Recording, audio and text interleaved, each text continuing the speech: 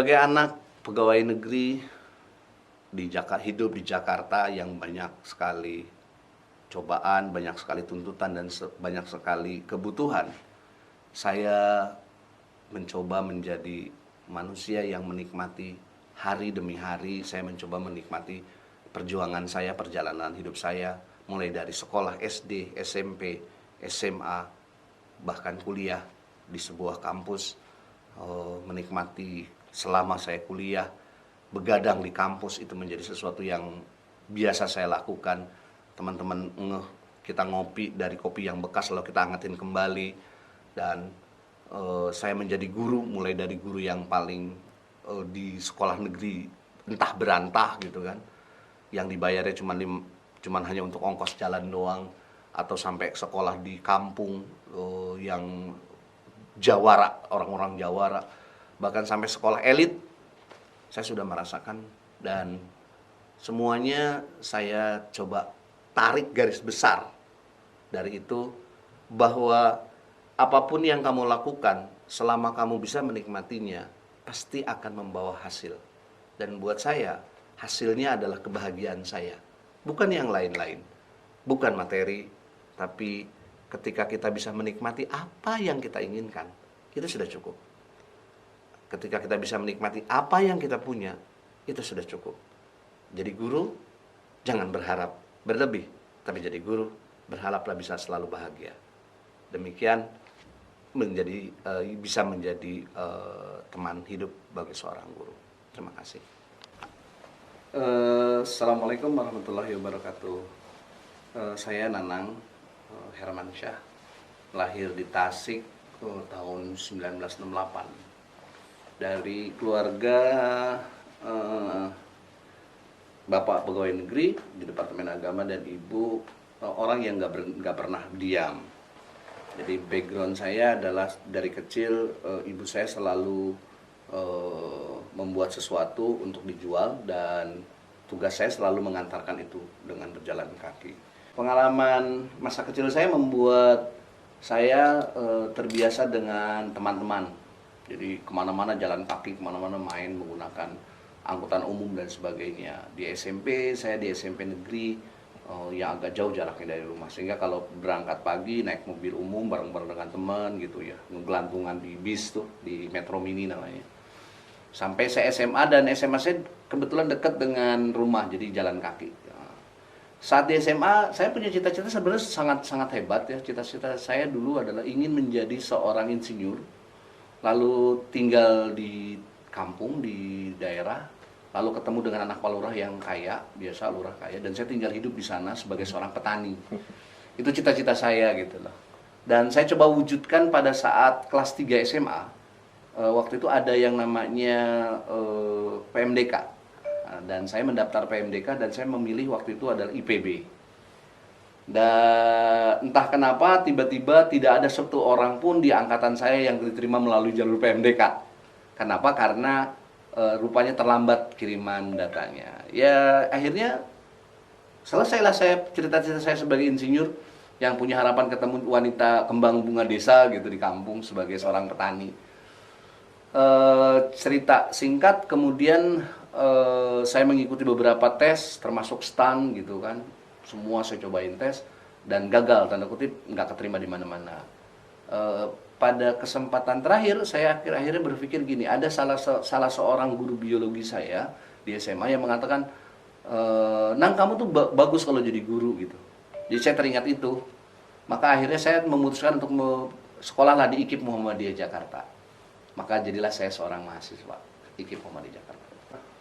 Sebagai mahasiswa IKIP Muhammadiyah Jakarta waktu itu, saya adalah mahasiswa yang termasuk paling kecil karena saya masuk SD itu umurnya 6 tahun, jadi lebih cepat dibanding teman-teman. Jadi saya di kampus menjadi seorang anak kecil yang lincah dan liar lah, kasarnya begitu. Saya punya teman dari semua jurusan pada saat itu. Di kampus saya cukup aktif sebagai di IMM, Ikatan Mahasiswa Muhammadiyah. Lalu saya juga bersama-sama dengan beberapa teman mendirikan gerakan pramuka di sana, membuat Pandega Pramuka Pandega di IKIP Muhammadiyah Jakarta. Dan pada kesempatan juga sebelum saya selesai pada saat itu, Saya ketemu dosen, salah satu dosen yang dia adalah pengawas di Jakarta Selatan. Dan di akhir semester 4, 5, 6 kalau nggak salah, saya sudah diminta mengajar waktu itu. Mengajarlah saya di SMP negeri di daerah Petukangan. Kejadian yang menarik buat saya pada saat itu adalah saya mengajar di sekolah negeri yang agak kampung gitu. Buat saya sangat-sangat menarik. Anak-anaknya tuh antara sopan dengan tidak sopan gitu. Jadi suatu saat saya ketemu anak yang mengatakan, "Bapak, kok Bapak berkumis?" katanya. Saya enggak. "Loh, iya saya kan udah jadi guru," gitu saya bilang. Dan itu adalah pengalaman saya mengajar di sana 1 tahun dengan anak-anak yang sangat-sangat tanda kutip ya, sangat kampung dan bahasanya juga jangan bahasa sangat-sangat sederhana. Buat saya itu adalah pengalaman pertama untuk mengajar di sekolah negeri. Setelah itu nggak lama karena saya setelah lulus 1 tahun saya mengajar di sana dan kemudian saya pindah mengajar di tempat yang lain. Soal mengajar pengalaman saya bukan baru. Jadi saya dari tahun 90-an mungkin ya saya udah mulai mengajar. Dan pengalaman itu membuat saya merasakan bahwa begitu nikmatnya menjadi seorang guru tanda kutip mengajar di dimanapun itu. Dan saya mulai mengajar di beberapa tempat. Pengalaman mengajar di daerah itu menjadi sesuatu yang menarik buat saya karena saya sempat mengajar di sekolah Islam, sekolah kecil di Parung, Bogor, Jawa Barat. Saat itu di sana terkenal dengan anak-anak Jawara.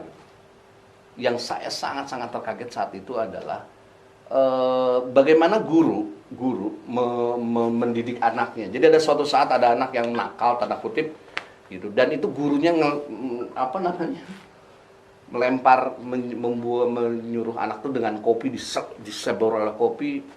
Saya terkaget-kaget saat itu gitu. Tapi menurut mereka itu emang harus begitu kata anaknya. Jadi sebagai seorang guru baru, saya terkaget-kaget gitu. Kok seperti itu gitu. Jadi nampar anak tuh saya ngalami ngelihat anak guru nampar anak bak gitu ya. Atau menghukum anak tuh bajunya dibuka terus tiduran di aspal panas gitu. Saya lihat gitu. Buat saya luar biasa gitu. Tapi anaknya marah? Enggak, anaknya enggak marah. Anaknya biasa aja gitu. Jadi menurut cerita guru-guru di sana anak-anak Jawara gitu. Jadi kita jangan takut gitu. Justru saya takut karena takut apa? Orang tuanya marah-marah tapi tidak ada orang tua yang marah-marah dan itu buat saya pengalaman yang sangat-sangat berasa buat saya. Begitu tanda kutip begitu keras ya mengajar anak-anak di sana. Setahun saya di sana, Pak, di Parung. Setelah itu saya diminta teman pindah lagi mengajar dan saya pindah mengajar di sekolah swasta di Jakarta di daerah Pondok Pinang namanya Sekolah X. Di situ saya juga mendapatkan pengalaman lagi yang sangat jauh berbeda. Anaknya tanda kutip orang-orang yang berada dan orang mampu. Saya ingat banget ada salah satu murid saya namanya Sungkar yang sekarang menjadi pembalap tuh. Siapa lupa lagi namanya. Pengalaman saya itu luar biasa kan cenderung di sana mengajar itu nikmat gitu karena anaknya enak diajarnya, menurut gitu dan saya tidak melihat hukuman yang tanda kutip fisik gitu. Ya paling banter hukuman fisik ya berdiri pada satu upacara menghadap bendera. Cuma itu, nggak ada yang ditegur keras, diomelin, dibentak-bentak, nggak ada. Buat saya itu juga pengalaman juga bahwa ternyata kita juga harus bisa melihat ada bagian cara pemberian punishment atau hukuman yang berbeda buat anak-anak. Semua itu pasti untuk kebaikan anak dong, untuk mendidik bangsa ini. Meskipun ada perbedaan cara atau pendekatan dalam memberikan hukuman. Kurang lebih 5 atau 6 sekolah yang udah saya lalui. Sampai pada saya kalau boleh dibilang ini adalah persimpangan saya terakhir. Satu sekolah di mana selama ini atau dari dulu menjadi keinginan saya untuk sekolah di situ. Ada sekolah swasta yang besar di Jakarta, sekolah Islam yang semua orang pasti tahu dan semua orang pasti suka dan saya ingin sekali masuk ke sekolah itu. entah terjebak atau entah salah tafsir, saya masuk ke sekolah itu, tapi sebenarnya bukan sekolah itu gitu. Taruhlah sebutlah nama sekolah X A gitu ya, sehingga eh, sebenarnya salah gitu, saya milih itu sekolah itu salah. Tapi kadung saya sudah ingin dan namanya hampir sama, mirip, saya masuklah ke sekolah itu dan menurut saya ini adalah bisa jadi menurut saya ini adalah simpangan setan. Karena saya rata-rata setahun pindah, setahun pindah, setahun pindah, setahun pindah. Masuk saya sekolah ini yang menurut saya sekolah yang sangat luar biasa. Sekolah swasta Islam di wilayah di daerah Pondok Labu, Jakarta Selatan, Cilandak yang sangat luar biasa dari segi fisik pada saat saya masuk. Anda bisa bayangkan, saya masuk ke sekolah dari gerbang menuju ke lokasinya pertama itu jauh banget. Dan pada saat saya masuk itu sedang dibuat lapangan sepak bola yang sangat besar. Yang ditanamin rumput satu-satu. Jadi saya ngikutin banget bagaimana rumput itu dibuat, lapangan itu dibuat. Mulai dari penggalian tanahnya kurang lebih sekitar 2 meteran, lalu ada batu, lalu ada koral, ada pasir, ada ijuk, terus sampai terakhir adalah tanah. Lalu dibikin kotak-kotak kecil, lalu ditancapkan rumput sedikit satu-satu. Semua satu, tiap hari disiram. Saya selama setahun ngelihat itu tidak ada perkembangan, rumputnya lama banget. Saya ngalamin itu dan buat saya itu adalah pengalaman yang sangat-sangat menyenangkan. Walaupun bosen karena ngeliatin tidak ada perubahan. Di sekolah itulah saya kemudian banyak belajar bagaimana berkomunikasi yang baik, bagaimana membuat suasana belajar yang baik, dan bagaimana cara menyampaikan sesuatu dengan baik. Tapi jangan salah, saya adalah guru yang paling ekstrim pada saat saya masuk. Saya banyak melakukan hal yang aneh tanda kutip. Pertama, yang saya masih ingat sampai sekarang, saya mengajak anak-anak pada saat istirahat untuk bikin video klip. Yang saat itu belum aneh, belum populer gitu, bikin video klip. Anak-anak ketawa-tawa, ngapain Pak bikin gini gitu. Ya udah kita bikin video klip. Bikin video klip, ada anak yang tanda kutip dia pernah bawa kayak handycam gitu, tapi modelnya model lama gitu. Kita bikin video klip, kita nyanyi-nyanyi. Lalu saya pernah ngajak anak-anak, yuk kita main ke dunia fantasi. Bukan dunia fantasi, Taman Ria Ancol. Taman Ria ya? Lupa lah tempat. Dan kita rame-rame itu main gitu. Saya ingat salah satu, mudah-mudahan dia tahu bahwa namanya Rizky yang vokalis sekarang tuh menjadi vokalis band apa ya lupa, ada namanya Rizky. Ingat banget dia naik kora-kora dan sebagainya, sangat menyenangkan. Yang kedua, saya adalah guru yang pertama kali tegur oleh kepala sekolah karena ulangan nyetel musik. Anak-anak saya datang, mulai ulangan gitu, kumpul terus saya setel musik.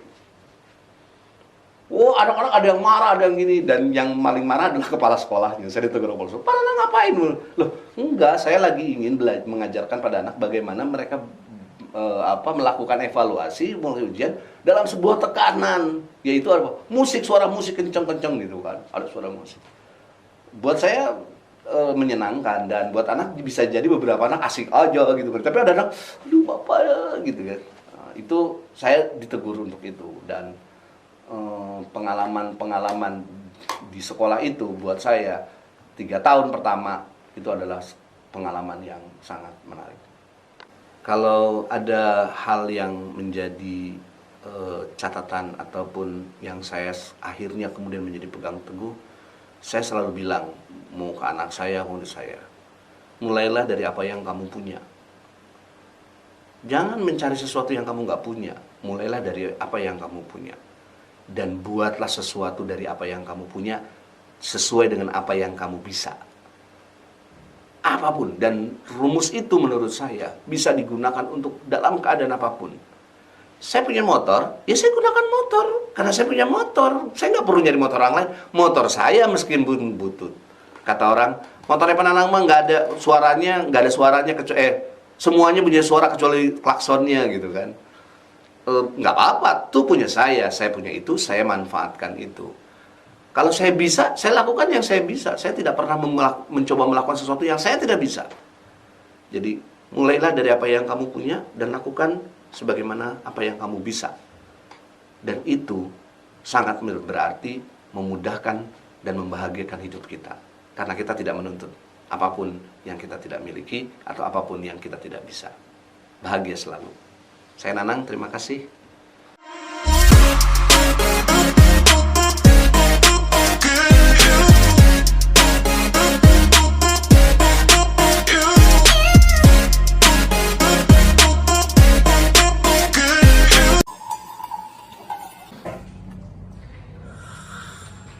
Ngopi, ngobrol pintar bareng Bapak Ibu Guru.